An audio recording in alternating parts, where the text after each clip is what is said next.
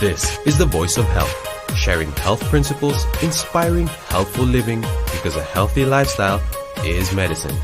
Broadcasting every Monday, Wednesday, and Friday at 11 a.m. Brought to you by the Lifestyle Medicine team of Adventist Medical Center Manila, Health Ministries Department of North Philippine Union Conference, Adventist World Radio, and Hope Channel Philippines. This is the Voice of Health.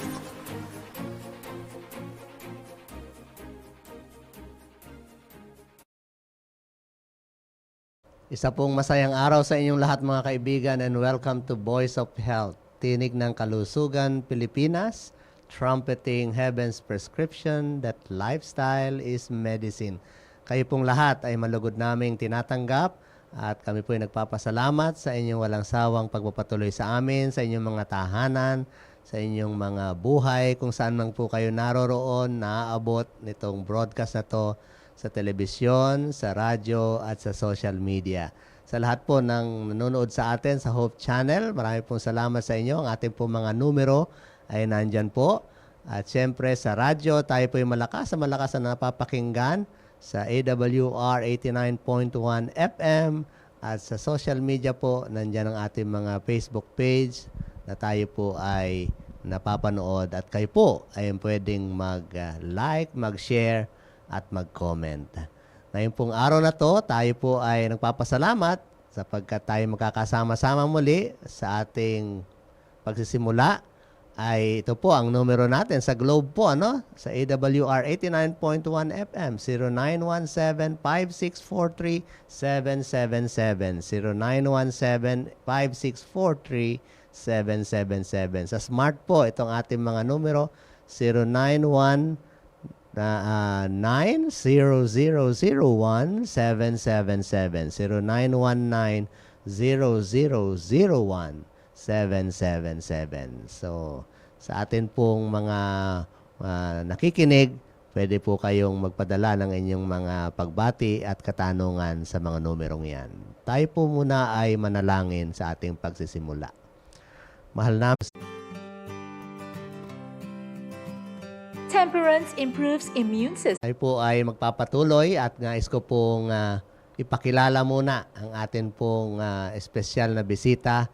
Talagang tayo po ay pinagpala ngayon dahil kasama natin ang isang medical missionary na galing pa po sa kabilang bahagi ng ating mundo.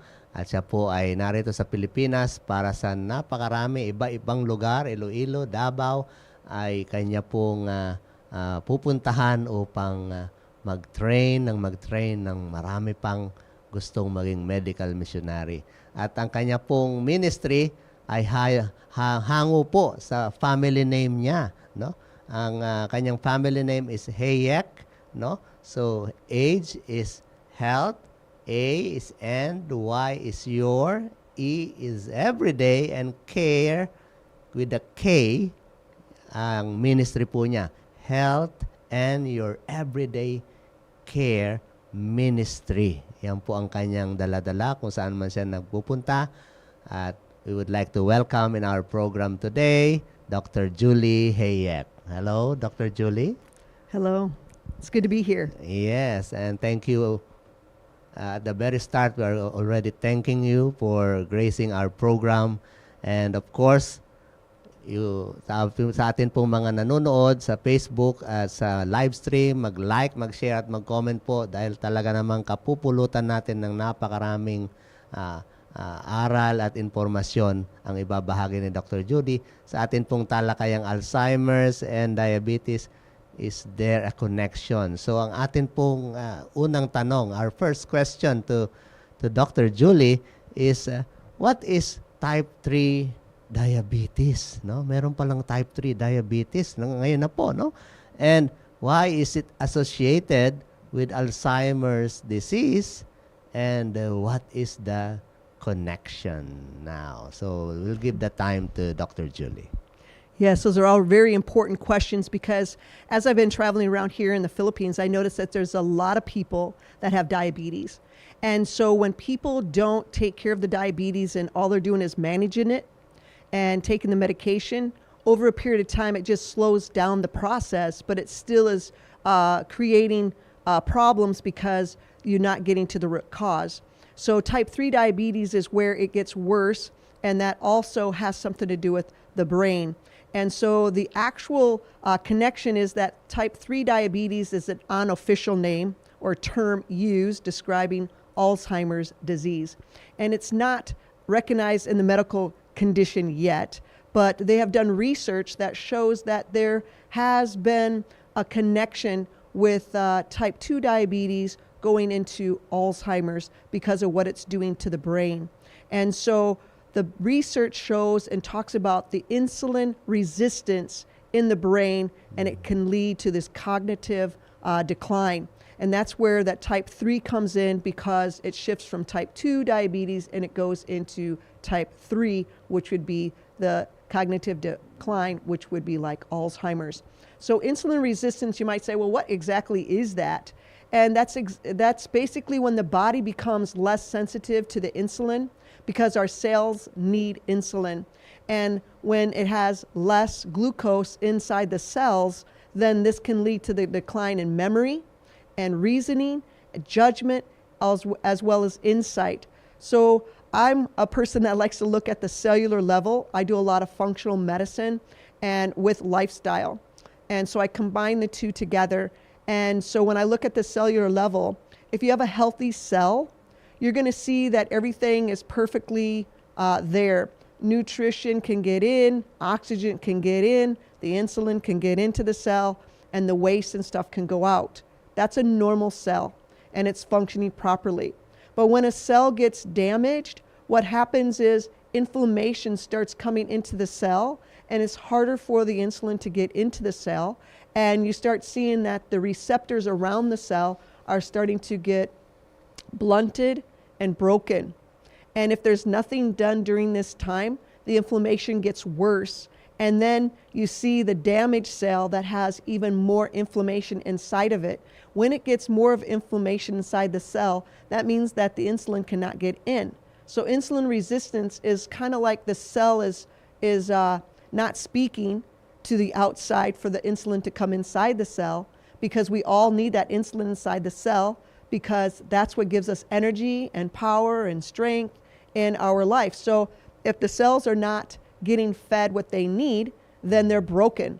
And so with that brokenness and damaged cell or disease cell, which would be now would be diabetes, that inflammation is so big in there that the cells are like, they can't hear and they can't open the door for the insulin to come in. So that's why we have to look at that in a way of understanding what really truly is going on. So another thing is, it also has a role to play when it comes to our metabolic, how we live. How is our metabolic rate and all of that other stuff working inside the system? Are we actually able to function properly? So if we're eating a high-fat diet, then that's going to have problems with your cognitive decline as well. And I noticed just going to the market yesterday that, there's a lot of people eating there, and pretty much everything is fried. So whatever food you're getting at the market, you're going to get a lot of fried foods. And so that's one big thing. We need to make sure that we're not eating a lot of fried foods, because that heavy oil can actually get into our brain area and give us a fog brain. So it would also have a decline in our functioning, cognitive thinking, reasoning, and all of that. And one big thing that happens with all of this is oxidative stress. And that's a really key factor here as well, because when the brain has that insulin resistance, the neurons in the brain cannot respond to the insulin, which is essential for our learning and memory. And then we see that the oxidative stress, or the brain is vulnerable to this oxidative stress, which induces damage due to low antioxidant levels, high levels of oxidizing metal ions, and the ease of hyperoxidation of polyunsaturated fatty acids. So what exactly does this all mean? It's basically when we don't eat enough foods that have antioxidants, meaning that it's getting rid of the oxidation. And so when we eat foods that are high in antioxidants, then they can help with the free radicals that we have inside of our cells in our system, because when we have free radicals, it's like a domino effect, and it just like boom, boom, boom. All of the cells start getting damaged or dying, and so therefore that's why we need to look at what we eat. One thing that you can remember here is G-BOMBs. That is a really good acronym for foods that are really good to eat. G stands for greens, B stands for beans, O stands for onions, M stands for mushrooms, B stands for berries, and S stands for seeds and nuts. These are like key players when it comes to antioxidants and also helping with your immune system. If you look at fruits, vegetables, nuts, and dried fruits, these have a lot of antioxidants in them. So it's a very good thing to be able to eat those types of things, and also looking for vitamin C. So whatever vitamin C, when you're looking for foods that have that, you can look at red peppers. You know those red bell peppers? They actually have more vitamin C than a orange. 2 kiwis have more vitamin C than 1 orange. And so when we look at some of these things, we need to start eating more of those so that way we can have higher vitamin C. And with vitamin C, it's an antioxidant. So thank you for those introduction, Dr. Julie. So mentioning the some of the problems, no, of wrong eating, no? Though you have seen our market here, our restaurants are more on browns because they're more on frying, you know. So what can we be done, no, to correct this, and or this is a disease that can be corrected? Yeah, so it really depends. I would say yes, most of the time, as long as the person is getting checked. I know in the United States that 1 out of 3 people have prediabetes, and most of them don't even know that they're pre-diabetic. And so I hate to assume, but I kind of have a feeling that it could be the same thing here in the Philippines. And most people don't even know that they're pre-diabetic, and next thing they know, something happens, they have to go to emergency, they get tested, and they're like, whoa, you're diabetic. And so now it's going to be a hardship, because now they're probably going to have insulin and all this other stuff. So it's good to know if you have diabetes. And so if you're at any of the places that I'll be going to, I have put together a medical backpack, so then that way they can test people for their glucose levels. But I also have a unit in there, so then that way they can test for their cholesterol. So a full lipid panel. So you're getting total cholesterol checked. You're getting your triglycerides. You're getting your LDL and your HDL plus your glucose. And so this is very handy, because it probably costs a lot of money to get that done. And so I have a unit that can do this within 2 minutes, and it's 99.99 accurate. And so the places that I'm going, I'm given these medical backpacks, so then that way they can do it at their center, and also people can go door to door, and they can do a good work for the people in the community. But I have another unit that's just for glucose testing, and so and a lot of strips for that, so they can go door to door doing that, plus the checking your blood pressure. So I'm trying to make sure that with our ministry that we're equipping people to be able to serve the communities and to help people. So the correlation or the connection here, can it be corrected, is basically if it's caught in its early stages, yes. We usually have people come in after the training is done for 2 to 3 weeks. We have people come in as guests with all type of health issues. And when they come in for that 1 to 2 weeks, we always see a change in their cholesterol. Their high blood pressure is lowered, even their diabetes. The last place I was at Willow Farm, we had a lady that was taking 30 units of insulin in the morning, 20 units of insulin in the evening. And so once she went to being vegetarian, vegan, she was taking, I think, 20 in the morning and like 15 in the evening. So that's where we started at for that 1 week. And when our 1 week was over, she was only taking about 10 to 15 units in the morning, and that was all. And so she was also on high blood pressure medicine. She was on also metformin besides the insulin. She was also taking ibuprofen. but the results are amazing, especially when we look at our lifestyle and what we can do in that area. So to me, yes, if we can catch this early enough, even if you're a diabetic and you're taking insulin, we can help you correct that and give you opportunity to live by eating foods to live instead of just eating everything and desiring everything and then taking your medicine and not living a very productive life. So that's where this Alzheimer's comes in, because if you have Alzheimer's, you don't have a very productive life.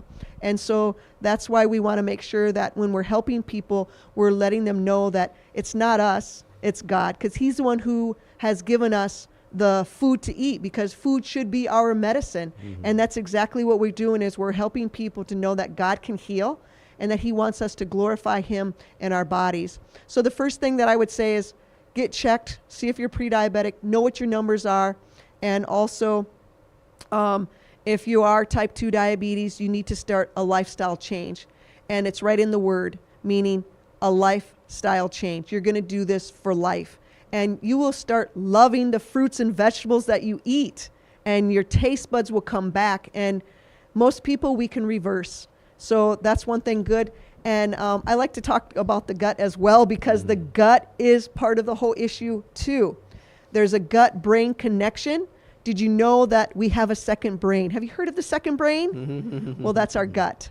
And so the gut issues are connected to a lot of health issues as well, and therefore we need to clean it up. And the gut has microbiome. So if it's not regulated properly, then that means the bad microbiome is more than the other. And so that means it is not in balance. So we have to have a balance, and this is also associated with metabolic diseases, which is like diabetes, pulmonary diseases, nervous system conditions, as well as Alzheimer's. So those are the things that we need to understand. And a big thing is that New Start. You've heard of New Start or God's plan. It's basically that, knowing what we should eat. Food is what feeds our cells. And if we feed our cells right, they won't get damaged and they won't be diseased. So if we feed our cells bad stuff, what happens is our tissues start getting involved, and then our tissues are not very good. And then because of our tissues being bad, then that causes organ problems that misfire or misfunction. So we have to make sure that we're eating properly. So nutrition is one of the big keys. Exercise is very important. And I think I'm going to cover a little more of that in a little bit. Okay, so thank you for those things, Dr. Julie.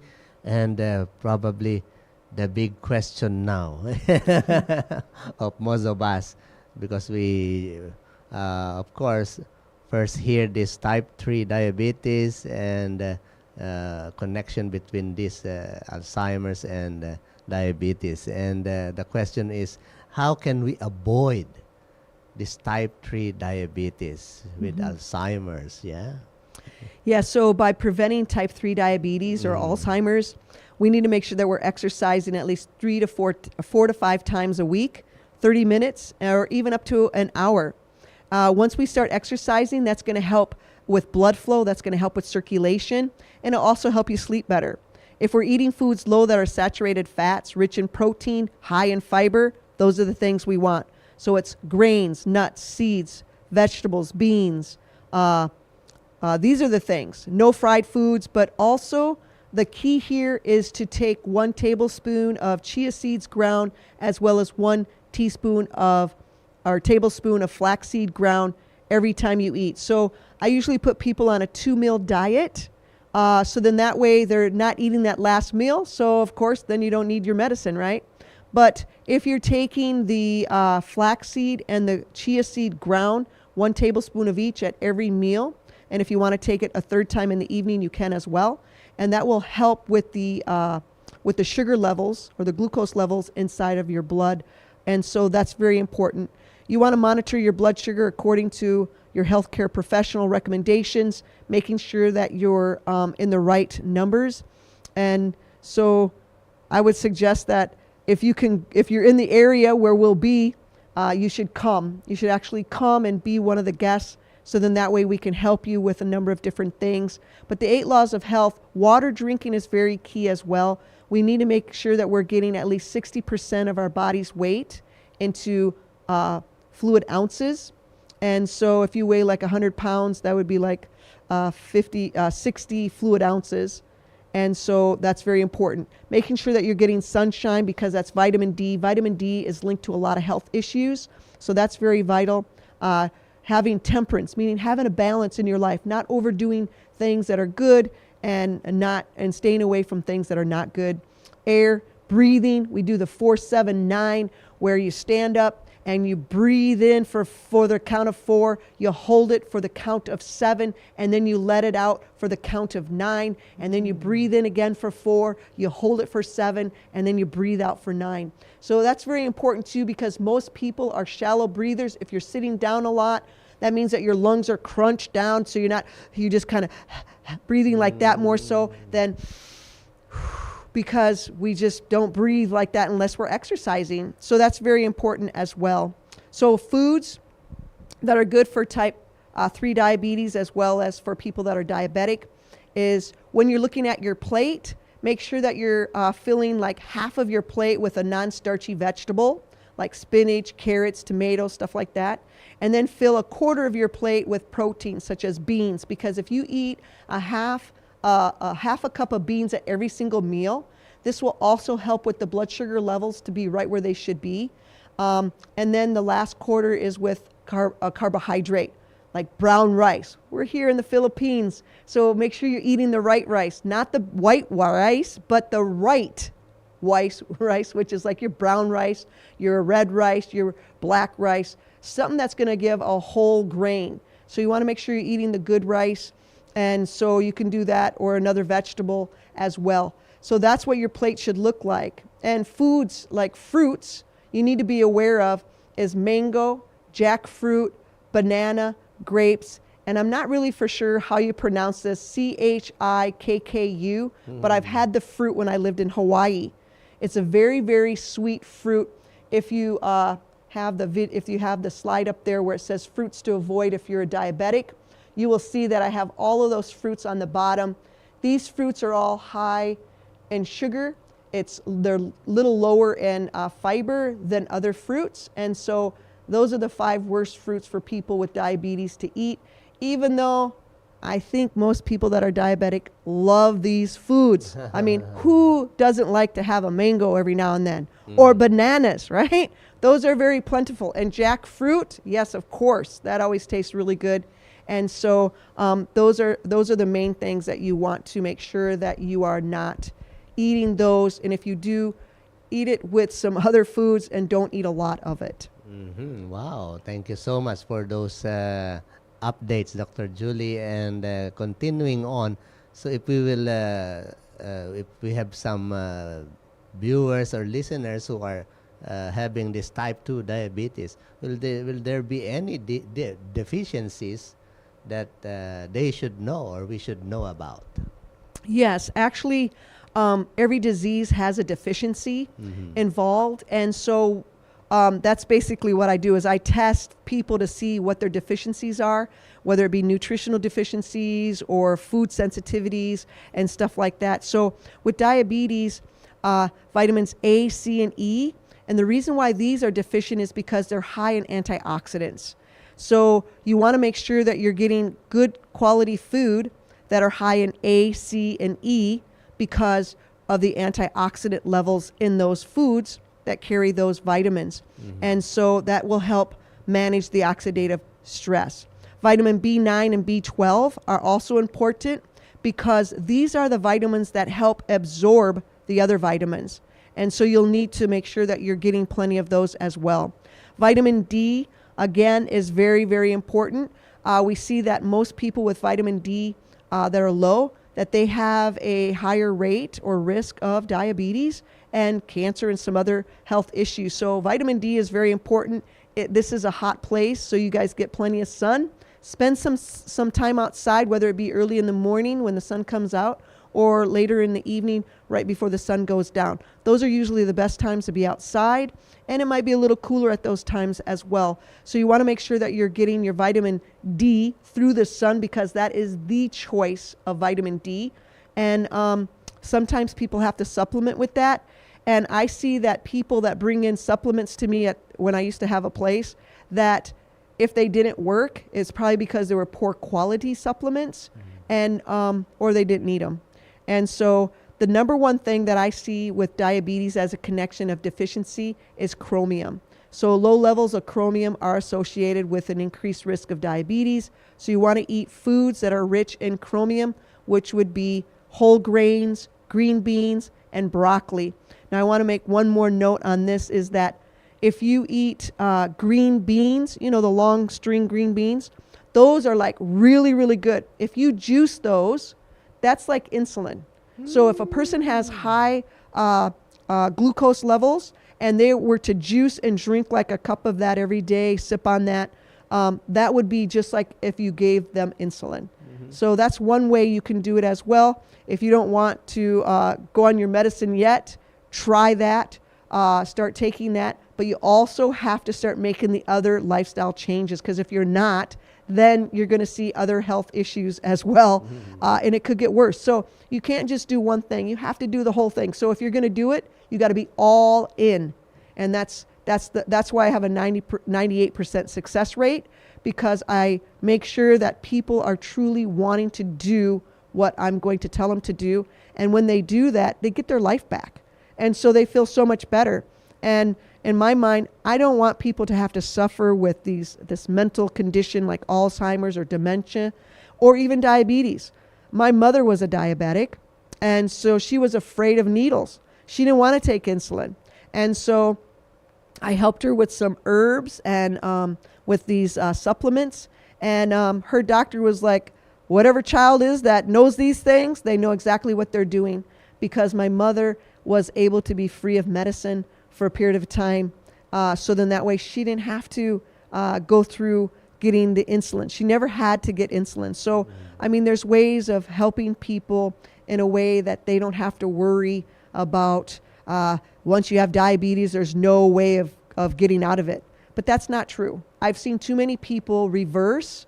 And so type 2 diabetes is reversible. I'm going to say it again.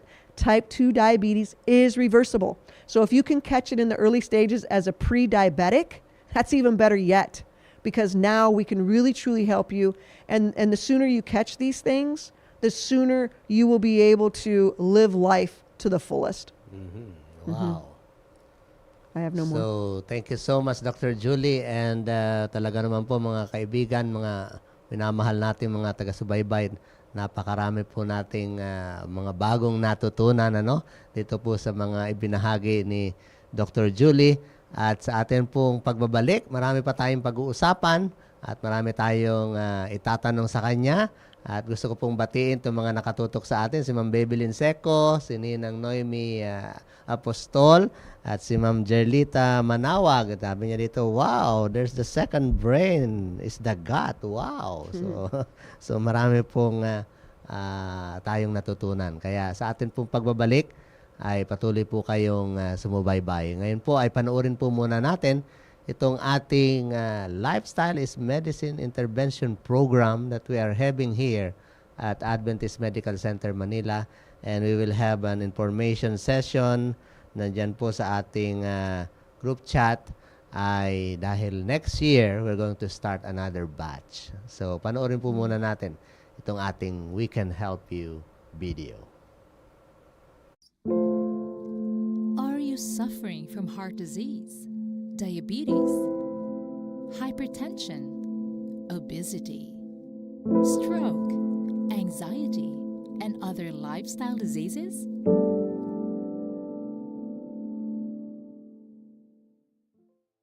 We can help you. Join our Lifestyle is Medicine intervention program. This is a 6-week virtual health program, Tuesdays and Thursdays at 6 to 8 p.m. that will bring your lifestyle doctors and dietitians right where you are. There will be scientific evidence-based lectures, health screening, cooking cooking demonstrations, workbook, and recipes that will help you in your health journey. Find out what is the optimal nutrition for your health conditions and activities fit for you. This holistic lifestyle intervention program will help you and your family to experience the best life in the midst of uncertainty and stressful living. Contact us at Adventist Med Lifestyle Medicine Facebook page for details and registration. Join now!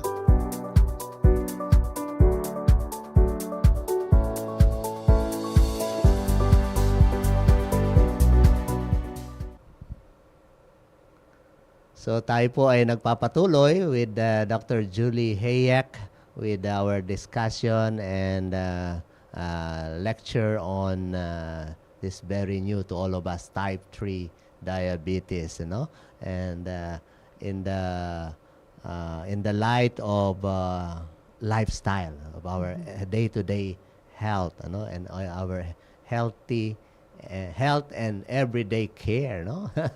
So right now po ay patuloy tayong nagpapatuloy. If you have questions, you can send it to our comment section, and we will be gladly throw it to Dr. Julie. But for the meantime, we have some questions already here, Dr. Julie. And the first here is the relationship between sleep. So can you tell us more about what can we do with sleep, especially with those who are make it very challenging because of their medical condition? Yeah, so that is a very good question, because people that have diabetes, usually pre-diabetes, you will notice that you're only getting like 3 hours of sleep and then you're waking up, or you're not getting very good rest. And so when this happens, you want to make sure that you get checked to see where your glucose levels are. But sleep is very, very vital to a lot of health conditions as well. And so one way to make sure you're getting good sleep is to, your cell phone, that needs to be in another room and shut off. So then that way you can sleep better, because that light, when it gets to the eye, wakens you up even more. Another thing is with rest, is if you're exercising and you're exercising good, and it'll help you to go to sleep in the evening hours as well. So a lot of things work with each other. Once you start eating better, exercising, drinking your water, you're going to you will be sleeping better. Because when you go outside for a walk and you do like a fast walk, you're going to start getting hungry, and so you're going to start eating better. And once you start eating better, you're also going to be drinking your water because you're outside exercising, plus you're going to be getting your sun. And so now you're going to be sleeping better. So all of those things add up to best sleep. And so we also have to be on a rhythm or a cycle. And so our body has those cycles. Like for me to come here, it's 12 hours difference. You guys are ahead by 12 hours. And so I lost 12 hours coming. Actually, I lost more than that. But coming here, traveling, 12 hours difference. We're behind you by 12 hours. So that means that if it's 11 o'clock here in the morning, that means it's 11 o'clock back home for me.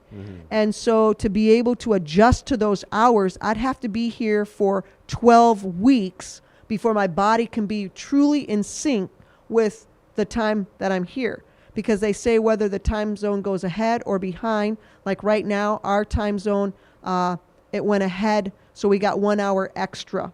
And so right now, if it's 11 o'clock here, it's 10 o'clock there in the evening, where it's in the morning here. And so to adjust just for that 1 hour, it takes 1 full week to do that. But if you're also getting sunlight with that, it also plays a role for our sleep. So we don't really understand, most people don't understand, well, I didn't get a very good sleep. I don't know why I don't feel good. Well, that's probably why. Number one, you're probably dehydrated. You're not drinking enough water. And some people, they drink too much water at night, so they get up in the middle of the night, so they break that sleep cycle. And you need to make sure that you're having 7 to 9 hours of sleep every single night. If you don't, that's not a good thing, because your brain needs to go through that whole process because it's helping you to relax and have less stress. Yeah, and I agree with you, Dr. Julie, because some people they're very conscious of drinking 7 to 8 glasses of water every day. But when the evening comes and they calculate, oh, I only have 3 or 4 cups of water, so I have to drink more. And they suffer in the evening. They wake up more because they have tried to fill that 8 cups of water and frequent going to the bathroom in the evening. And that's a very good reminder to all of us that it will disturb. Istorbohin po niya yung ating masarap na tulog. No? The 7 to 8 hours of sleep will be disturbed. Thank you so much on that. And we have another question here. Dr. Julie, in the Philippines, many people are promoting what we call the insulin plant. Oh. So I know for sure when you go around the country, you will some people will show you this kind of plant and you will try. You can also try it. So what can you say about this insulin plant, the so-called insulin plant? I would have to actually see it. Yeah. And once I see it, I'd probably know a little more what kind of plant it is, what the real name is. And there are things, like I said, string beans, that to me is insulin. If you juice that, that would be great. There are some things that you can take, like berberine is a really good thing for insulin resistance or type 2 diabetes. And so there are herbs that you can use. I'm not for sure on that one specifically, but I'm sure the places that I'll be going, the next 2 places where I'll be having our training, I'm sure that I'll probably see the plant or hear about the plant. And I do have a thing where I have 10 herbs that are actually from the Department of Health here in the Philippines that they promote. And then I have a few others that I added to that. And I show the different things, what they're used for, how to use them. And so I don't think I have that plant in there. So maybe it hasn't gone through any research or enough people have taken it to show or prove that it really does help with that. And so that's another thing. In order for it to go through research and science and all of that, to say that this is the plant for that, we'd have to have like 100% people saying, yeah, it helped with their diabetes, or at least 90-some% at least. Otherwise, maybe someone's just putting their trust in the herb or that plant. And so it's where we put our trust a lot of times, and we believe whatever that is, that it's going to help us, because I talk a lot about the mind. And so our mind has to play a huge role as well. So if we always think the way we've always thought, then we'll always feel the way we always felt. And if we always feel the way we always felt, then we'll always do what we've always done. And if we always do what we've always done, then we'll always get what we've always gotten. So if we always get what we've always gotten, then we'll always think the same way we always thought. So most people have to break out of that cycle to believe in something else and to take that. But even in placebo's effect, you've heard of placebo effect, basically that is about the mind. It's not about taking a sugar pill. It's about seeing what people believe in. And if people believe in whatever that is, then they will say, yeah, it works. And so that's why it's a big thing too. But if we know for sure what things actually do play because of what's happening in the system by taking that herb, then that's how we really know with science, that's how they do the research. So all of those have to come to play. But, sometimes people have these home remedies that your mom and dad had, or, they used in the past from great grandma or grandpa. And so, yeah, it probably does work. And I believe that God has the perfect plants that we need wherever it is that we live. And also you mentioned a while ago that it has to be a partner with a healthy lifestyle. Absolutely. Yeah. If you're not changing your lifestyle, then you're probably not going to really see the effects for a long period of time. People can take herbs and it will help them for a period of time, but over that period of time, they're not going to work anymore because you're not getting rid of the root cause, and that is the food that you eat. Or you're not having the exercise. You're not getting the sun because you're not getting the vitamin D. You're not getting good rest. So over a period of time, your body's going to break down, and the herbs are not going to be able to do or sustain you for any longer. That's why lifestyle change is key to health. Wow, thank you so much. And of course, also here in the Philippines, we have a lot of, the pills that uh, the government tried to regulate, and it says they have no therapeutic claims or no therapeutic effect. So, but still, many people are still Taking 'em. taking them. But thank you for your reminders that it has to be with a lifestyle change, with a healthy lifestyle practices. So thank you for that. So another question here, Dr. Julie. You have mentioned that many people are unaware that they are pre-diabetics, diabetic. So how can we help these people, especially those who are listening to us? They are far from hospital or clinics, and they have no those apparatus that you have mentioned. So what is how can they,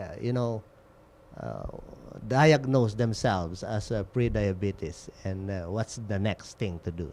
Yeah, so some of the things that they look at for people that are pre-diabetic or diabetic is that they urinate a lot, more frequently. They might be thirsty a lot. So those are some things because you may not be drinking enough water. So those are some things that you need to look at. If your family history has people in it that are diabetics, my thing is the reason why people have a history of that is because you eat what your mom ate. Your mom ate what her mom ate, because it goes down to generation. Now, they think that genetics has everything to do with everything, but it doesn't. Genetics only play a small role when it comes to health. But the medical society is trying to say, oh, no, it's genetic. Well, I took genetics, and I looked at those things, but I see more and more about how we live our life to be the biggest thing. Our environment is key factor, but the way that we choose and live and do, those are really the key factors more so than anything else. So if I were to do like what my mom did, I probably would be a diabetic. I'd probably have cancer. I'd probably be way overweight. I'd probably be sick a lot of the time because our diet was not good, but it was good for that period of time because we ate a lot of meat. I didn't know about the health message. I didn't know about, those things previously. But as I got older and I started reading and being an athlete in school, I looked at how can I be number one, like first, second, or third place, whether it be basketball, volleyball, track, whatever it was that I was in. And so looking and reading at some of those things, vegan, vegetarian seemed to be the best way to go. And, looking at the foods today, they've been tampered with. Most foods that people eat are processed foods, and they're not even, I don't even think you should call them food because it's not real food. It's chemicals. And it's things that are made up from somebody in a lab that makes it taste good because they know how your tongue is. They know the sour, the sweet, the savory, all of that. So they're making sure that they touch every part of that. So then that way your tongue is excited and it wants more of it. And then we get the exotoxins. And so then our body takes in this food that's not real food. And then the liver says, I have no idea what this is. So where does it go? Right to your fat cell. And so now you have problems with overweight and you're wondering, why am I collecting more weight? Why am I getting fatter? And so it's because we eat a lot of processed foods and then we're not even nourishing our cells. So our cells are dying, they're getting inflamed. And so now we're starting having more health issues. Wow, thank you. I like that, no? Processed food is really not food. They are not supposed to be called food. So thank you. So there is a curious question here, Dr. Julie. The thing that you have mentioned about the string beans, because in the Philippines we have the sitaw, the string beans, the long one, and the Baguio beans. The Baguio beans is this just short and more thicker. So is this the question is this cooked or raw when it is Raw. Yeah, so you actually get a juicer and you just juice them through raw. You clean them and you just juice them through and you drink the juice. Wow. Very easy, but you just have to have a juicer. That might be a hard thing. I don't know. That might be a pretty expensive cost, but it's definitely good in the long run, because if you juice your foods, what's happening is it's getting into the cells faster, quicker, because it's liquid. So the liquid can get in a lot faster into your cells to feed them. Whereas if you're eating food, you have to chew, so it'd be good for your cells. So that's my little saying, chew, because it's good for you. And the reason why is because when you're chewing it, you're getting the enzyme that only can come from your mouth.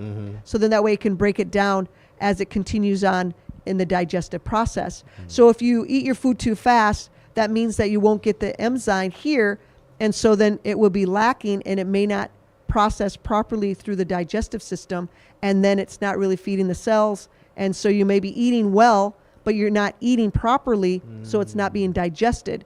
So when you have an illness, I think it's good to do smoothies or do juices, so then that way you marinate it in your mouth for a little bit and then you swallow it. So then that way that enzyme is there and everything is going through, and then especially with the liquid, the juice, it'll definitely get into your cells better, quicker, faster. The only problem with that is you don't want to be on a juice fast forever because you need fiber. We need the fiber, so we need to eat the real foods. So we're getting the fiber in as well. Okay, and of course, do not put banana with it when you because here in the Philippines we are fond of banana because the best banana in the whole world is saging. So just the string beans, raw. The string beans raw, and juice that. And juice that, and juicing is really very important. And just like what Dr. Julie said, it is easily absorbed by our system. So the next question here is, let's talk about Alzheimer. So what can we do to patients who are already having this Alzheimer? What help can we give them? Yeah, so the biggest thing with Alzheimer's already, I would definitely do like a cleanse, and I would definitely look at the deficiencies, making sure that they're getting those vitamins and minerals, because if they're not, they're deficient. I mean, if we have a deficiency, and every disease has a deficiency in some vitamin minerals, and so when we correct that deficiency, it helps to correct the whole system. And depending on how far or how long they've been in Alzheimer, in that state as being an Alzheimer's disease, that could also play a role on if we can actually reverse it. I think that with God, all things are possible, because that's my favorite Bible text is in Luke 1:37, that with God, all things are possible. And when you look at the word impossible and you separate the I and you separate the M, and then you have I am possible. And that's who God is. He's the great I am. So I believe that miracles can happen every day. I believe that God can change people's lives around. I know that God can take us from one place to another, and just a huge miracle. I've seen too many miracles take place by just using these simple things that God has given us. And so I can't say that any case is too far gone, because I'm not God. And so God only knows what each one of us brings to the table, what He has designed us for. And I think that God wants us to be healed. He wants us to know what it's like to be whole, and that's mentally, physically, and spiritually. And so sometimes we have to be so broken physically so He can reach us mentally to reach us spiritually. And so in order to do that, because He wants to save us, and a lot of times we get into these predicaments or these circumstances or situations because we were going down the wrong road. But God is saying that I love you, I want you, I desire you, and I want you to have peace. I want you to know that you're loved. I want you to know that I want to save you. And so when we realize when we're sick and we get to that low point, we look up and God is there. He's never left us, even though we might have felt alone. But He's there to encourage us to know that He has the master plan. And if we trust in Him, because He's the one that does the healing, it's not the herbs, It's not the things. He is the one that heals because he is the true physician. He's the great physician, and he heals us. And I don't think any case is an impossibility. The harder the case, I'm willing to try on anything. So just to see what God would do in any case. I know of a doctor that is a dear friend of mine, and she had a ruptured appendicitis. And so usually when that happens, you're going to die. But we did some natural stuff. And even Dr. Agatha Thrash from UG Pines, she was the one that was telling me, okay, I didn't realize it at the time, but she was kind of a little nervous about the whole situation. But she never showed that. And we just kind of put our heads together and we did certain treatments. And the lady's well today. I mean, she's still around and she's still doing great work, working with people. And so these things, we can't say that it's too far gone because we don't know. If we try, at least we did what we could and then go from there. And sometimes we have to live with the consequences because there's a cause and effect. And so if we don't get rid of the root cause, then we'll always have that effect, that we'll always have that disease. So if we've been down that road for a long period of time, sometimes we might have a little extra time of life that's good quality, and then, then we don't. But, I mean, even with people that smoke, the same thing. I had a guy that smoked. He quit smoking. 6 months later, he died. Well, why was that? I mean, he quit smoking. But then again, if he would have never quit smoking, I think that he probably would have died sooner. So God allows us to have more time so then that way we can be victorious. So then that way we know without a shadow of a doubt that God gave us that extra time to live and to know that we're not promised for tomorrow. And so you can be perfectly healthy today and you're not here tomorrow. So you can be sick, really sick, and you can be here for years. So whatever that might be, I think that we need to enjoy the journey where we are and always give praise to God, because when we start giving gratitude and praise, it changes the way we think. It changes everything in our outlook. And so I know Paul said that he had a thorn in his side. Well, what was that thorn? Was he sick? Did he have what kind of illness or whatever it was? So with that, we need to still live. And so God is the God of impossibilities to be possible. And so every case is not necessarily a lost case. So my thing is, start the lifestyle, start doing some of these things, and it may reverse the Alzheimer's. So the sooner we get on these things, the sooner we can reverse the things. Okay, thank you so much. So in other words, there is hope. There is hope in Alzheimer's, in this type 3 diabetes that we have known through this episode. And thank you so much, Dr. Julie Hayek. And now we are going to request Dr. Julie to offer us prayer for all of us. Okay. Let us pray. Heavenly Father, we thank you and we praise you because you are an awesome God. You love us so much that you say that you want to be with us all the time. You will never leave us nor forsake us.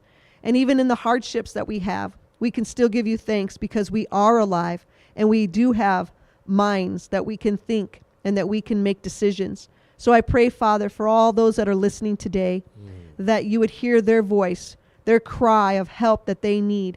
Father, you know the things that are going on in their life. And I ask, Father, that you would send somebody to them, that they would know how to do these things, what kind of things that need to be done, and also that you would come close to them, give them the encouragement that they need, and most of all, that they would put their trust in you. For you are the only one that we can truly trust, and we can hope in you because you have given us hope. You love us because you have given us love, and you have given us everything that we possibly need. Everything that we need is already in us because you have already downloaded all these things. You've given us wisdom. You've given us guidance. You've given us hope. You've given us every single thing. So I pray, Father, that we exercise our faith in you, knowing that you will help us to be healthy, happy, and most of all, that we can serve you and glorify your name. We pray this in Jesus' name. Amen. Amen. Amen. Thank you so much, Dr. Julie Hayek, for your time and for everything that you have shared to all of us. Tunay po na lahat tayo ay nakinabang at merong pag-asa. No? Our faith, our hope, and love. God has given us those things. Kaya po, ang programa pong ito ay patuloy ninyong subaybayan. Voice of Health Pilipinas. Tinig ng kalusugan tuwing Lunes, Miyerkules at Biyernes po dito sa Hope Channel. At kasama ninyo sa AWR 89.1 FM at patuloy niyo po kaming subaybayan. Salamat po sa inyong patuloy na pagpapatuloy sa amin sa inyong mga tahanan at sa inyong mga buhay. Nawa lahat po tayo magkaroon ng malusog, malakas at masiglang lifestyle. Happy New Week po sa ating lahat. Pagpalain po tayong lahat ng ating Panginoon. Okay.